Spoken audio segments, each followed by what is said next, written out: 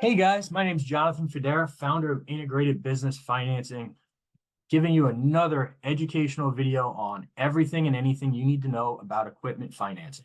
So I want to do this really quick. We're going to go through best practices. One, find the right vendor. Vendors make everything. Two, pick out the best piece of equipment. And when I say best, whatever equipment is going to produce the highest return on investment. Leave a deposit. If you don't leave a deposit, there's a high likelihood that they're going to sell that piece of equipment out from under you. I have it happen multiple times every month, no matter how many times I say this. If it's a titled piece of equipment, you got to get a copy of the front and back of title.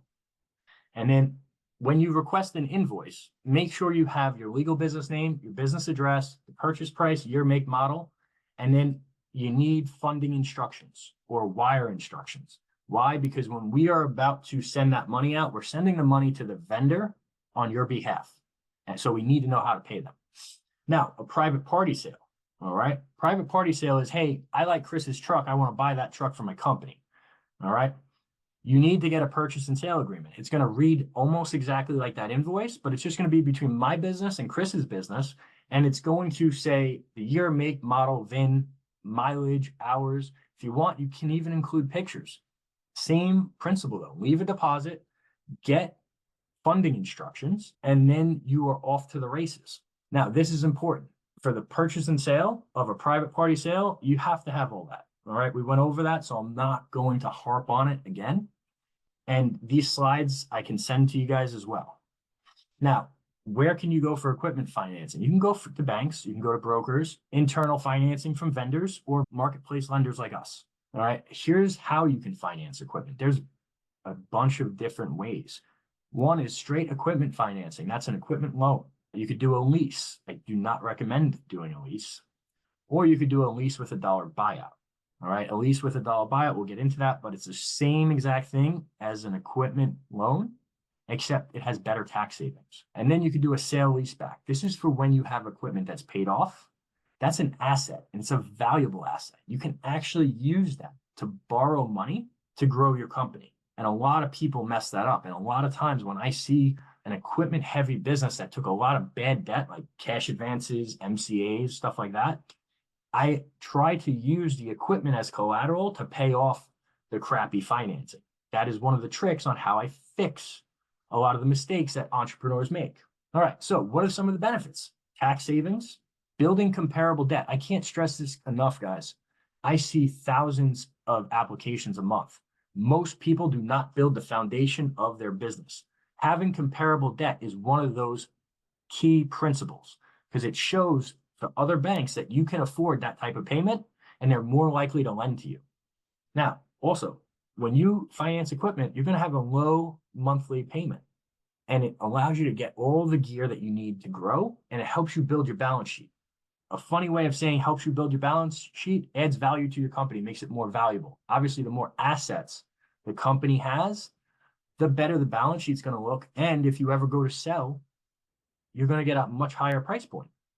All right. And the biggest thing, it allows you to keep your cash, guys. Cash is king. And then as long as you do it right, and here's what I mean by doing it right. Not every vendor, not every dealership structures equipment financing the right way. Sometimes they'll say it's to the business, but it's really under you personally. If you do it the right way, it will help you build business credit. And building business credit and comparable debt are not the same thing, although they overlap. All right, so what do the terms look like? Usually it's going to be 2 to 6 years with monthly payments, and interest rates are going to be anywhere between 7 and 15%. I would tell you that's probably up a little bit more today. You're probably looking at more of the 8 to 16, 17%. The reason I say that is because the SBA is at 12.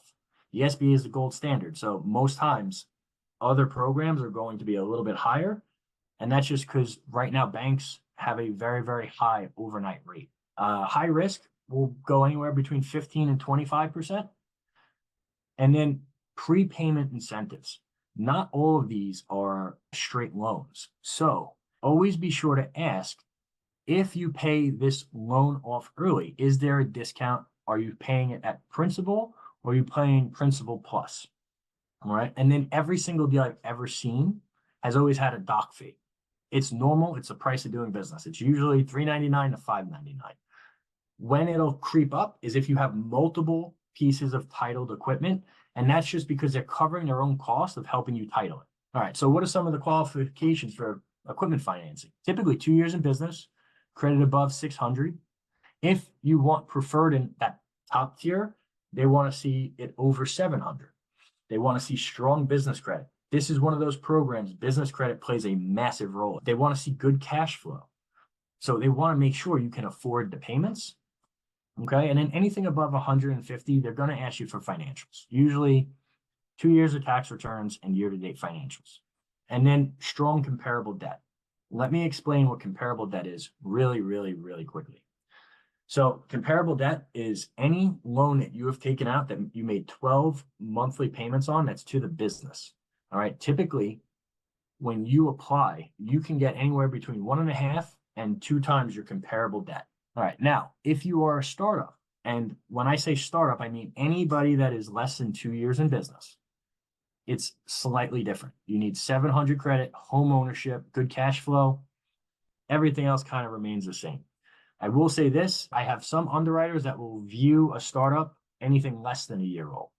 So for the most part, this is accurate if you go out to the market, but I do have a couple underwriters that I'll look at you if you've been in business a year and give you traditional rates.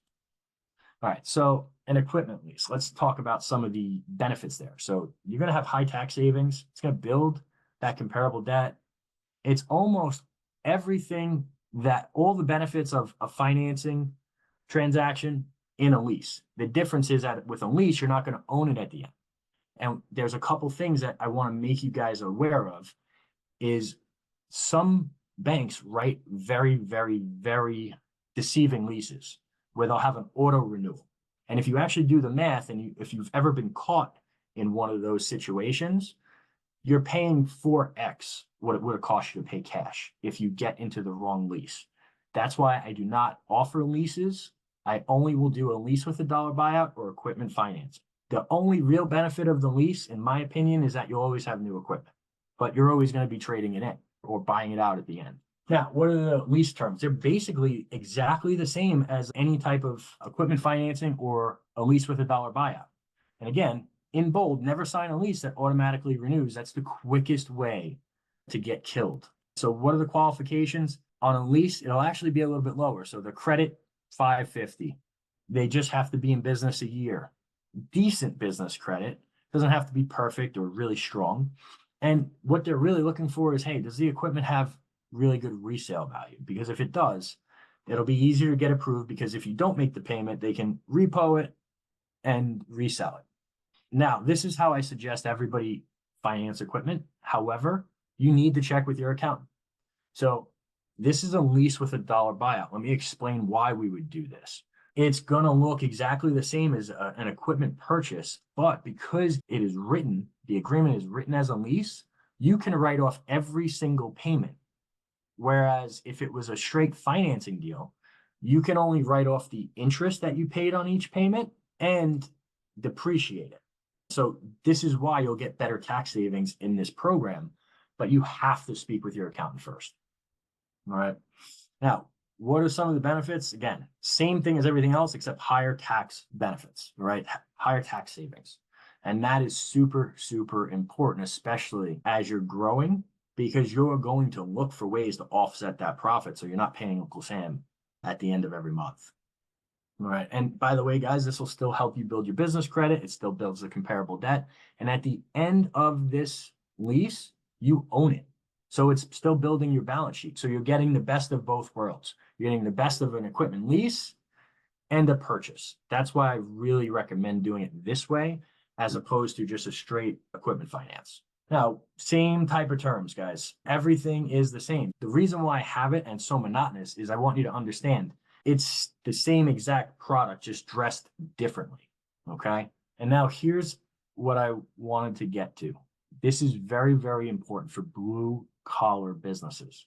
Your assets, okay, your equipment are assets. If you ever get in trouble, if you have an asset list always handy with what the market values are, you should be able to guesstimate that you should be able to get 50% of those values. Okay.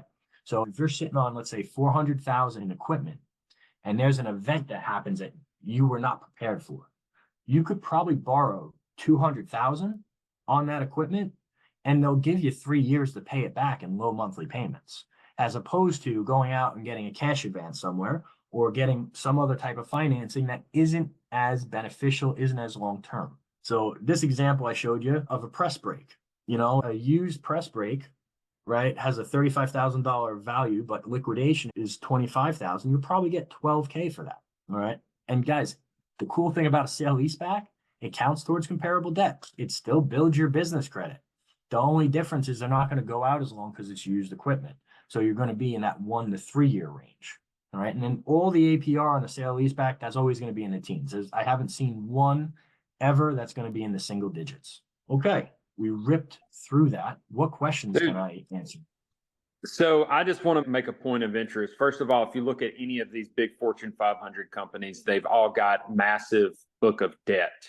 And it's because it's a tool inside of their tool bag, and it's called leverage. The further I get in my years, the more experience I have in business, the larger my businesses get, the more I realize the importance of protecting my liability. And what you've just spoke about and all of the products that you have to offer are just tools in the tool bag to help protect your liability if shit hits the fan. And at the end of the day, we've got to make sure that we protect ourselves in those situations. And when you use and leverage debt tools like this allows you to have multiple options of exit. And I like this statement, and all of this stems from the statement that you say cash is king. Like at the end of the day, the person with cash, the availability of cash, whether it's sitting in an account or if you've got access to it, that's what's going to allow you to get out of a bloodbath. And yes, if you've got everything sitting paid for with cash and nobody's buying, then you can't sell to recoup cash. But if you have leveraged debt and kept your cash in a bank in a situation to where you're able to pull from, now you've protected your liability. You've got your back protected. So just wanted to make that point because you got one more. Go for it. I got one more that's going to blow your mind because I've been doing this a lot more. I know you guys love buying and selling businesses, and I'm probably going to get into that myself because I see the opportunity. I have used equipment financing to take down businesses. All right. Let me explain. If you don't want to go through the SBA process, you don't have the time, but you're buying a very, very asset heavy business, you can actually use equipment financing to do it. And then the obvious question is like, well, how are you going to do that? Because it's probably not going to cover everything. You're right. It's not going to cover everything. But if the seller is willing to sell or finance, and let's say it's $1 million for the business, and they're sitting on 500,000 of equipment, guess what? We could probably buy the equipment for 500,000, no problem. And then you get a very, very, very favorable seller terms for the remainder. And now you just bought a business in under a week. Huge hack right there, man. Dude, yeah. I appreciate the knowledge bombs that you've dropped. Every Thursday, folks, Blue Collar Millionaires, every single Thursday, Jonathan's coming on 10 to 15 minutes to answer more of your money questions. So tune back in next Thursday. He's going to have a great topic. We're going to teach you how to grow your business and make more money. And you've got a massive toolbox full of tools, and that's what it's all about. Thank you, brother. Appreciate your time today. Thank you, guys. Appreciate you.